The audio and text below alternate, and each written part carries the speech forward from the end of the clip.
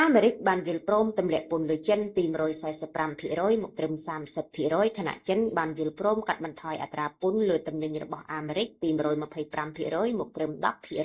10%អាមេរិកនិងចិនបានព្រមព្រៀងគ្នាកាលពីថ្ងៃច័ន្ទដើម្បីកាត់បន្ថយពន្ធគយដ៏ធំនាពេលថ្មីៗនេះដោយចាប់ផ្ដើមពាណិជ្ជកម្មដែលជាប់គាំងឡើងវិញរវាងប្រទេសដែលមានសេដ្ឋកិច្ចធំជាងគេទាំងពីរនិងកំណត់បញ្ហាផ្សេងៗក្នុងទីផ្សារហិរញ្ញវត្ថុពិភពលោកយោងតាមតំណាងពាណិជ្ជកម្មអាមេរិកលោក Jamieson Greer ថាសហរដ្ឋអាមេរិកយល់ព្រមទម្លាក់ពន្ធពី145%មកត្រឹម30%ខណៈប្រទេសចិនយល់ព្រមកាត់បន្ថយអត្រាពន្ធលើទំនិញរបស់អាមេរិកពី125%មកត្រឹម10%ការយកពន្ធ30%ដែលអាមេរិកកំពុងដាក់លើទំនិញរបស់ចិនរួមមាន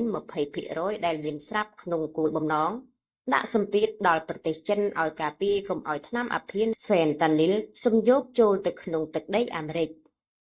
វាក៏រួមបញ្ចូលផងដែរនៅពន្ធគយ 10% ដែលជាពន្ធមូលដ្ឋានលើការនាំចូលពីប្រទេសភាគច្រើននៃពិភពលោកប្រទេសចិនក៏បានយល់ព្រមកាត់បន្ថយអត្រាពន្ធលើទំនិញរបស់អាមេរិកពី125%មកត្រឹម10%ចិនសង្ឃឹមថាអាមេរិកនឹងបញ្ឈប់ការអនុវត្តខុសនៃការដំឡើងពន្ធឯកតោភាគី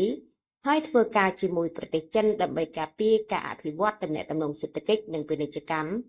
ដោយបញ្ចូលភាពប្រកបប្រជានិងស្ថិរភាពបន្ថែមទៀតក្នុងសេដ្ឋកិច្ចពិភពលោក។